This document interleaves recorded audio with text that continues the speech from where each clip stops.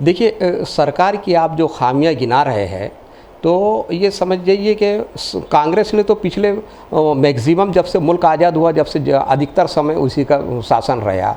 अभी तो भारतीय जनता पार्टी 2014 से सत्तासीन हुई है, तो इतने जल्दी तो ये नहीं हो सकता ना। इसमें कम से कम कहीं ना कहीं कांग्रेस की भी कोताही होगी। जनता के सेवा करने में, सरकार लोकतंत्र के मंदिर में अगर से काबिज थी सरकार कांग्रेस, तो उनसे भी कुछ ना कुछ गलतियां होंगी। क्योंकि भारतीय जनता पार्टी एकदम से कसूरवार नहीं है, क्योंकि अभी भी दिल्ली यूनिवर्सिटी में एबीवीपी का परचम लहराया है, हैदराबाद में भी अभी परचम लहराया है एबीवीपी का। तो कहीं ना कहीं तो बीजेपी जो है, जनता का उसका सपोर्ट है, तभी तो उसको जीत मिल रही है।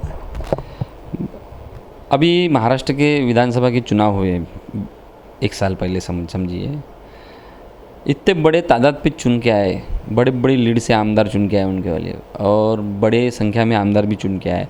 भूतो न भविष्य ऐसा उनका विजय हुआ इस विधानसभा चुनाव में।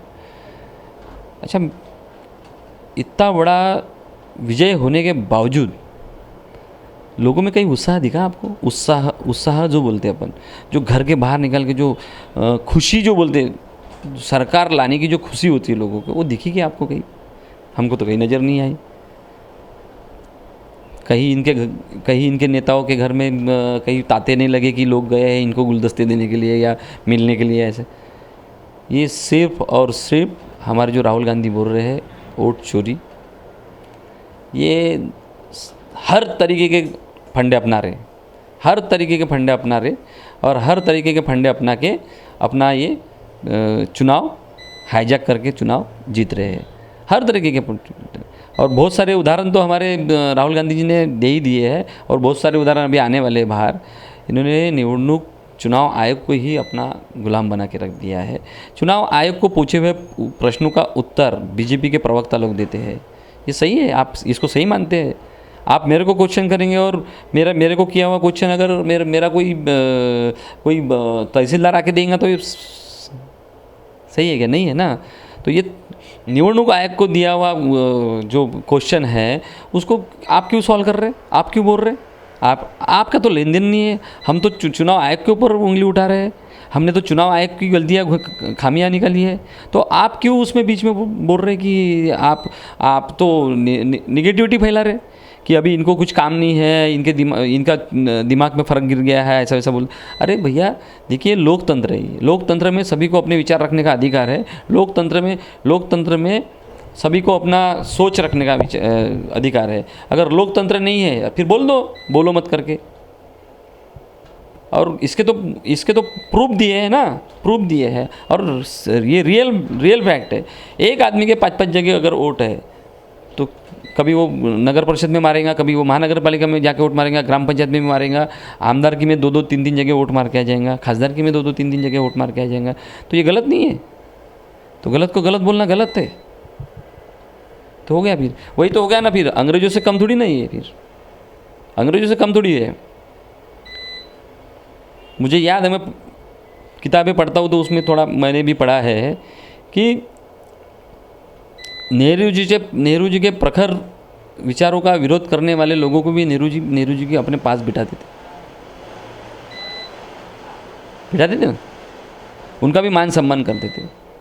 राजीव गांधी जी ने वाजपेयी विचारों के विरोधक थे, उसके बावजूद वाजपेयी की जब कुछ उनको प्रॉब्लम्स हो गई थी उनका हेल्थ से रिलेटेड, तो उनको राजीव गांधी जी ने विदेश भेजा। ये नीति रहना चाहिए। देखिए, चुनाव तक के तुम विरोधक रहो। यहाँ तो ऐसा हो गया कि अगर जो भारतीय जनता पार्टी में है वो सच्चा हिंदू हो गया, और जो भारतीय जनता पार्टी के अगेंस्ट है वो हिंदू ही नहीं है। तो इसके पहले हम कौन थे भैया?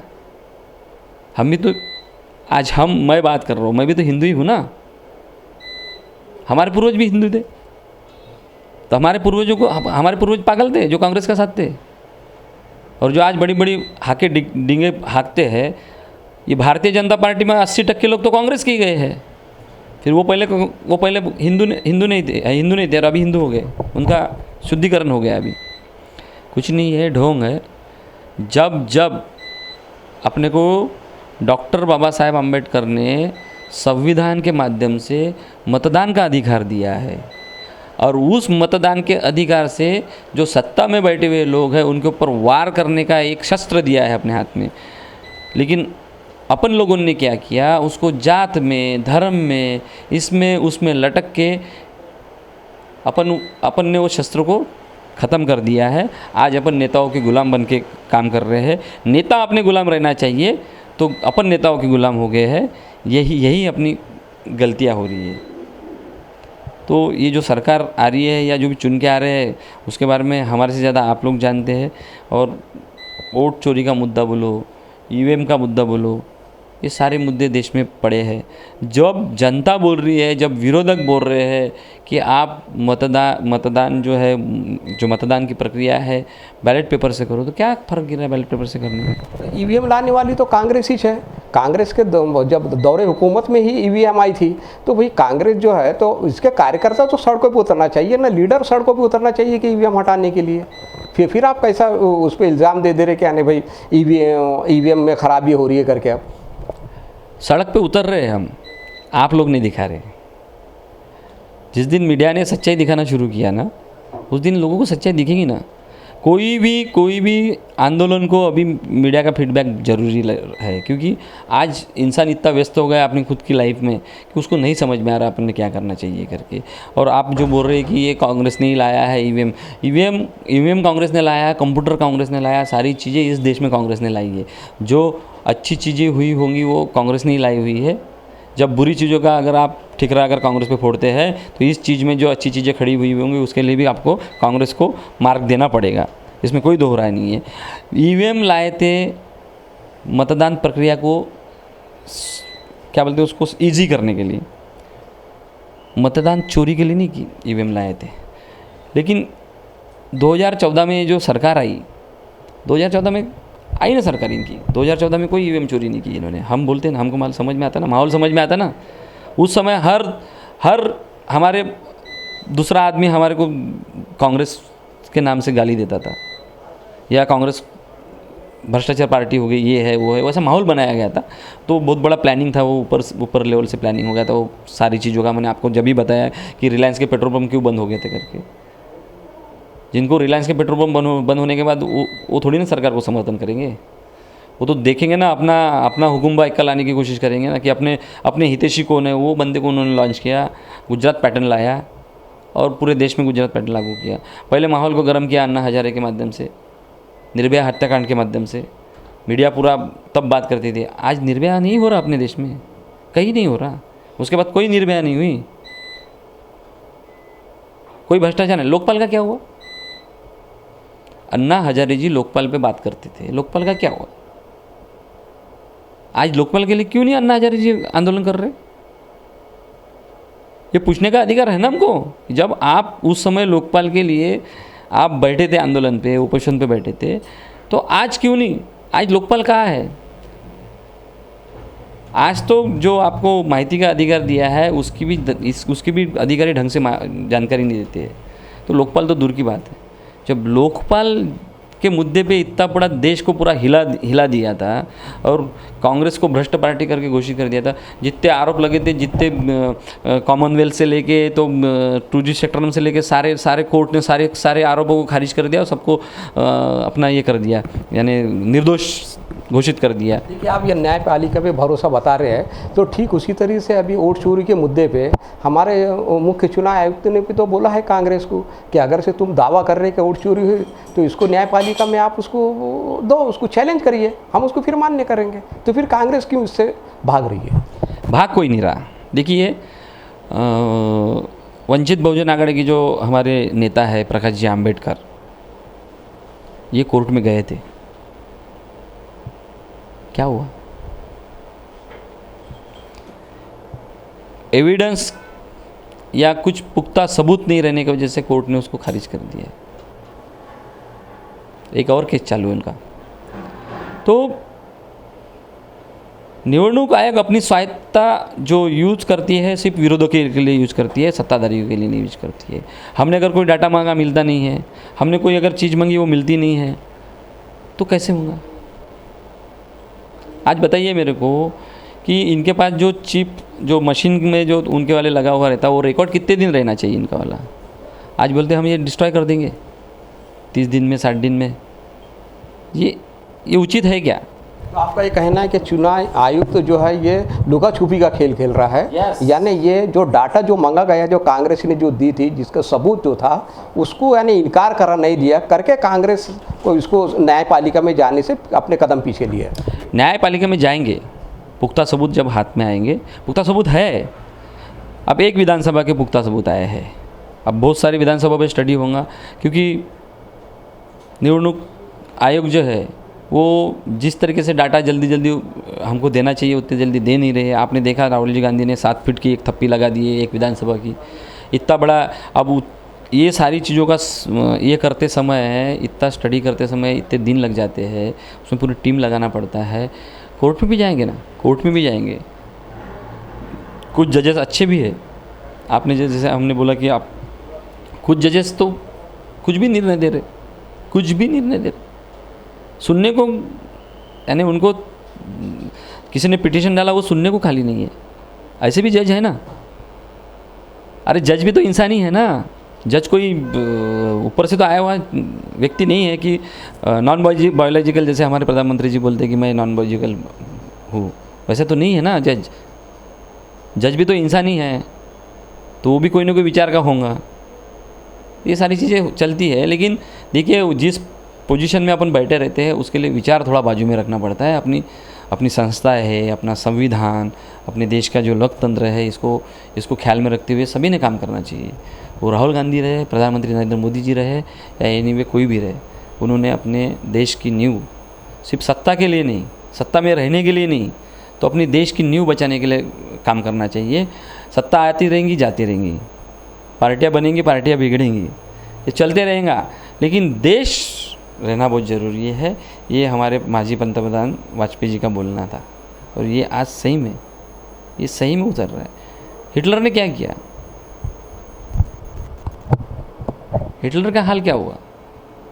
हुकुम शाह जहाँ तैयार हो गया, सेम वैसी का हाल हो जाएंगे, लेकिन तब तक के देश बर्बाद हो चुका होगा।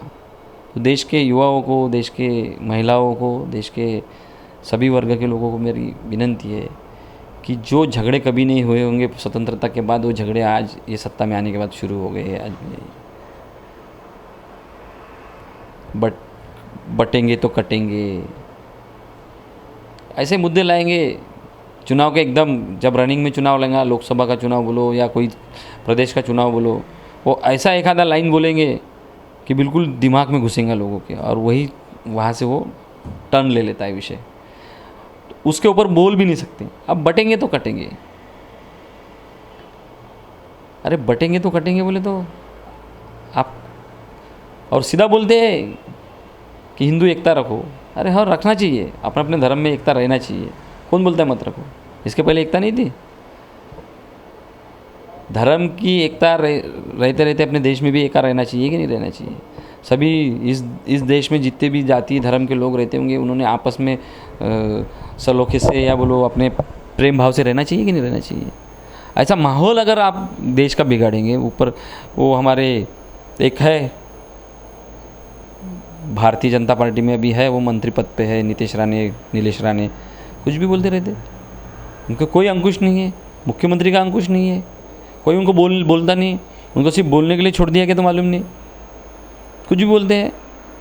बीच में उन्होंने वो लाया था, क्या बोलते उसको, हलाल और वो क्या झटका, ये विषय है?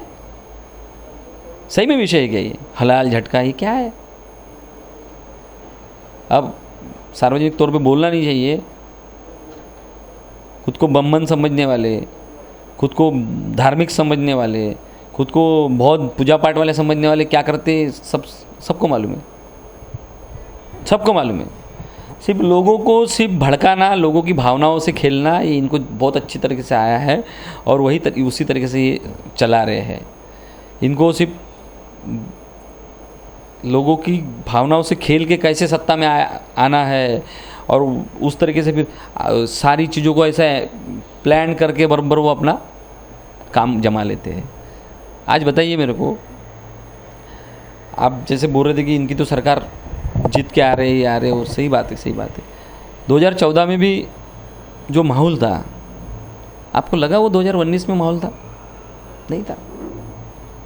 2014 में मानता हूँ मैं कि भारतीय जनता पार्टी चुन के आई करके, कि वो माहौल वैसे बना हुआ था, कांग्रेस के प्रति जनमानस में आक्रोश था। आज घोटाले नहीं हो रहे। आज कैग रिपोर्ट कहाँ है? कहाँ चर्चा है कैग रिपोर्ट की? वही जो कैग रिपोर्ट के भरोसे पे जो ये लोग ये करते थे, कांग्रेस के ऊपर आरोप प्रत्यारोप हुए थे, आज कैग रिपोर्ट कहाँ दबा के रखे? बताइए। आप समझिए कहाँ जा रहा है, अपनी सरकार कहाँ जा रही है, अपना देश कहाँ जा रहा है, ये समझिए। और अपने देश की एक एक संस्था को कैसे ख़त्म किया जा रहा है, आप वो समझिए। न्यायपालिका को ख़त्म किया जा रहा है, निवडणूक आयोग को ख़त्म किया जा रहा है। ऐसा ना हो जाए कि ऐसा एक आधा प्रस्ताव ला ले कि आज जन्म मरने तक के नरेंद्र मोदी हमारे देश के पंतप्रधान रह जाए। इसका आश्चर्य नहीं होना चाहिए देशवासियों को। लोकतंत्र में अपने को हर 5 साल में अपनी सरकार चुनने का जो अधिकार दिया है, वो अपने यहाँ के जो सभी विद्वान लोग हैं, डॉक्टर बाबा साहब अम्बेडकर के अध्यक्षता में जो कमेटी बनी हुई थी, उन्होंने सब लोगों ने सोच के तो किया। मैंने वो 10 साल का भी कर सकते थे ना, तो उनके हाथ में था ना करना। 10 साल का भी सोच के कर सकते थे, लेकिन उन्होंने कुछ ना कुछ स्टडी किए होंगे, वो तो विद्वान थे ना। डॉक्टर बाबा साहब अम्बेडकर जैसे विद्वान लोग उस पूरे प्रक्रिया में थे, उन्होंने सब सोच के किए ना, तभी तो 5 साल दिए ना सबको। अरे ये तो इतने खतरनाक है कि अंग्रेजी से भी ज़्यादा खतरनाक है ये तो। अंग्रेज जब अपने को 16 घंटे काम करवाते थे, तो डॉक्टर बाबा साहब अम्बेडकर ने उनके साथ बातचीत करके उसको 12 घंटे पे लाए, और 12 घंटे से फिर जब संविधान अपना अमल में आया तो उसको 8 घंटे कराए। आज इन्होंने 8 घंटे का 12 घंटे कर दिया, और कोई कामगार चळवळ, कोई कामगार नेता बाहर नहीं आ रहा, ना कोई उसका विरोध कर रहा है। कितनी बड़ी शोकांतिका है। यही कांग्रेस के राज में होता तो विरोध नहीं होता क्या? ये सब चीज़ें हैं, इसलिए लोगों को अच्छा दिख रहा है। तो ये थे मेरे साथ शशिकांत दशरथ थोटे जी। उनका ये साफ कहना है कि सरकार किसी की भी हो, चाहे कोई भी पक्ष की हो, कोई भी पार्टी सत्तासीन हो देश पे, लेकिन देश की एकता और अखंडता बरकरार रहना चाहिए। देश आर्थिक रूप से सुदृढ़, स्वस्थ और मजबूत रहना चाहिए। और उन्होंने मौजूदा सरकार पर आरोप लगाते हुए ये कहा है कि ये मौजूदा सरकार वोट को, जो कि जिसका अधिकार डॉक्टर बाबा साहब भीमराव अम्बेडकर ने हमें संविधान के मार्फत दिया था, जिसके ज़रिए देश का हर एक नागरिक अपने भविष्य की रचना करता है, उस वोट को भी इनने धर्म, जात और भेद के नाम पे उसमें भेद कर दिया है, उसको बेच दिया है, जिसके कारण आज देश में इस तरीके से माहौल बरपा है। तो मैं अब अपने कैमरामैन के साथ विदा लेना चाहूँगा। जय भारत, जय संविधान, जय लोकतंत्र, जय सेवा।